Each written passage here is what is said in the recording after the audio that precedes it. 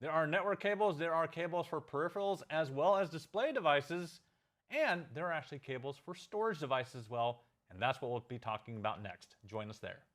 You're watching IT Pro TV.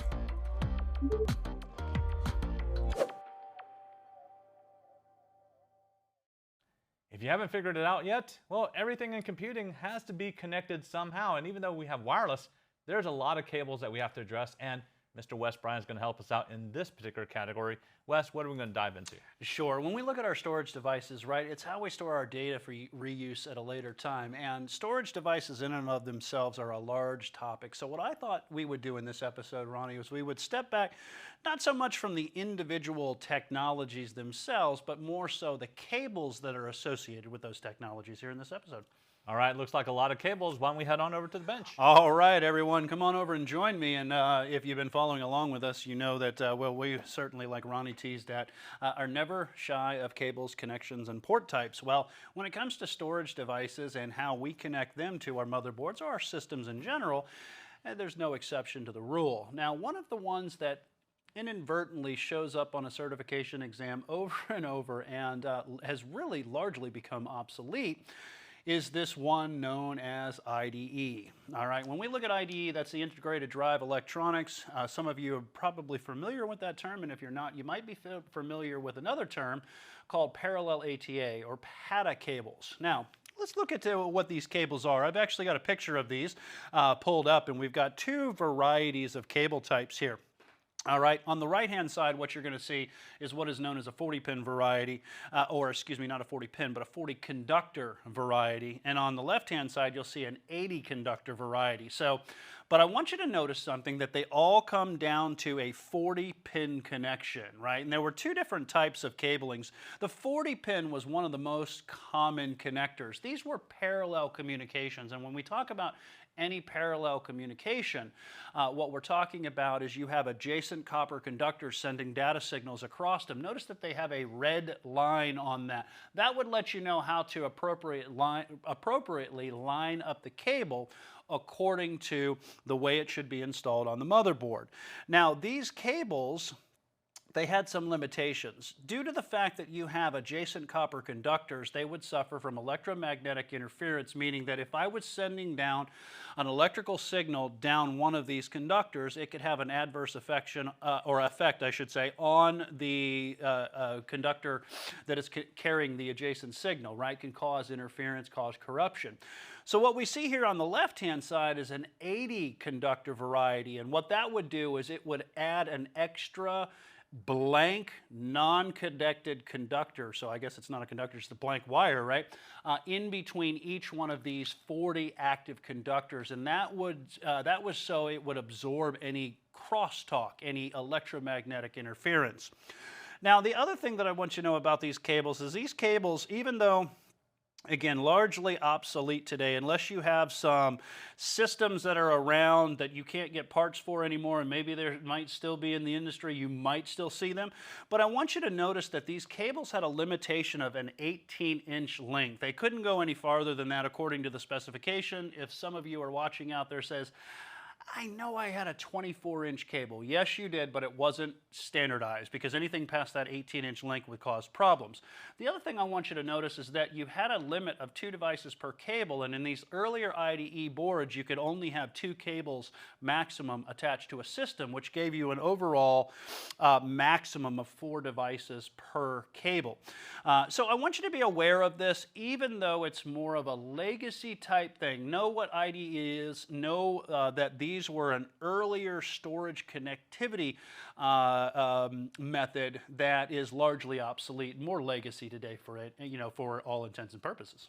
So, Wes, what actually ended up succeeding this idea of these ribbon cables? All right, so with parallel communications, one of the things they noticed is that if we went to a serial-based communication, we could start to eliminate, not completely eliminate, but we could greatly reduce the electrical magnetic interference that we're going through these cables.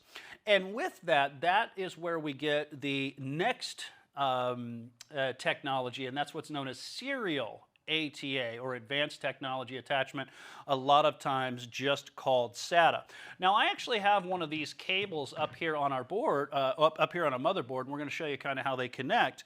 But this is what's known as a data cable here for a serial ATA device, all right, storage device. So what is the difference between this cable type and the earlier parallel cable types? Well, one of the things is you only have one device per cable. And you might say, well, wait a second, Wes, you could get two devices on the earlier cable. How is that better? Well, you only get one device per cable, but you could have a potential of up to 10 ports on a single motherboard. And that's something that's kind of important to be aware of. So what I'd like to do is I'd like to go ahead and let's take a second and let me show you how these cables would connect, because I want you to be aware of that. So even though we're limited to just a single device per cable, one of the things you're going to notice is that, for instance, on this motherboard, I actually have 8 of these ports. You can see some of the serial ATA ports right here. And they are a bladed connector, and the data cable is actually a 7-pin connector, and I want you to be aware of that. And what we would do is we would connect this cable to the port on the motherboard, and then if we take a close-up view here of this, drive right here, you can see that there is also a blade, a little small blade on this side as well.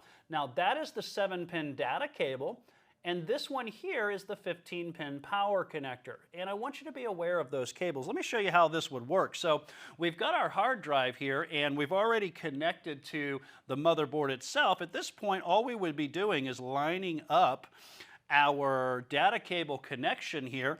And it's really as simple as that when it comes to connecting these drives. You don't have to really do much configuration. You would still have to do a potential of a little configuration in the earlier days on these IDE drives.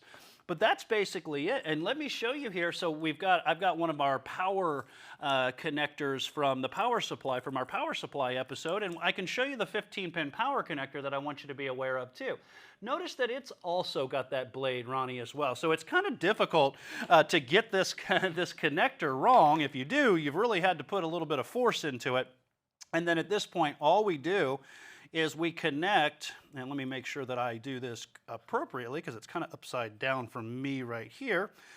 And ladies and gentlemen, what you have is that's how you would connect one of your serial ATA drives, and you would slide this in the bay.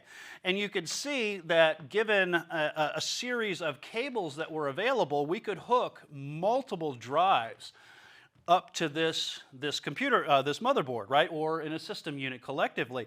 So you can see that even though you only get a single cable per, a single device per cable, you have the ability for them to have, the motherboards to have multiple ports on them, allowing you to scale up to sometimes upwards of 10 drives, depending on if your case has the room for it. That's one thing we have to keep in mind. Your case has to have the room for it as well. Your motherboard can have all the ports you want, but if your case doesn't have the place to actually slide these drives in, well, that's going to be kind of useless at the end of the day. So make sure that your case to your system unit also supports the amount of drives that you want to install.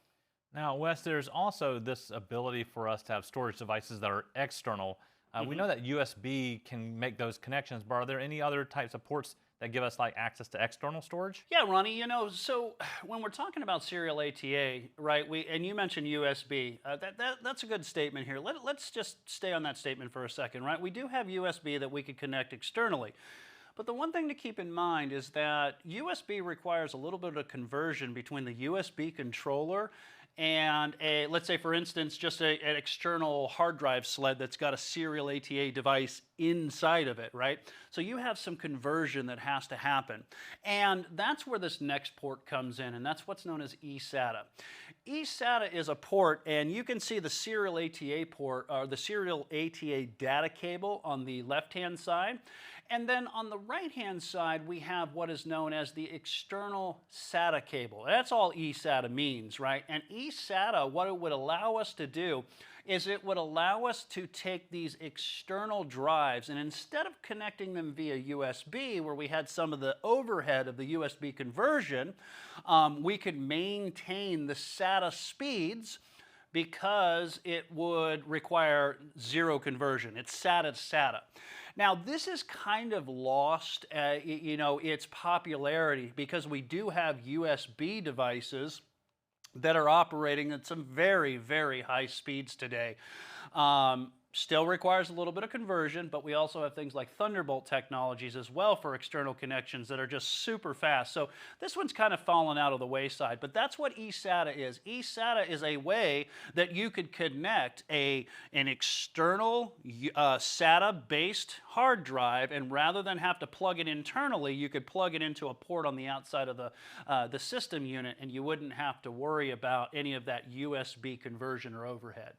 Yeah, now along with this, there's also another technology, I believe that was produced by Apple, right?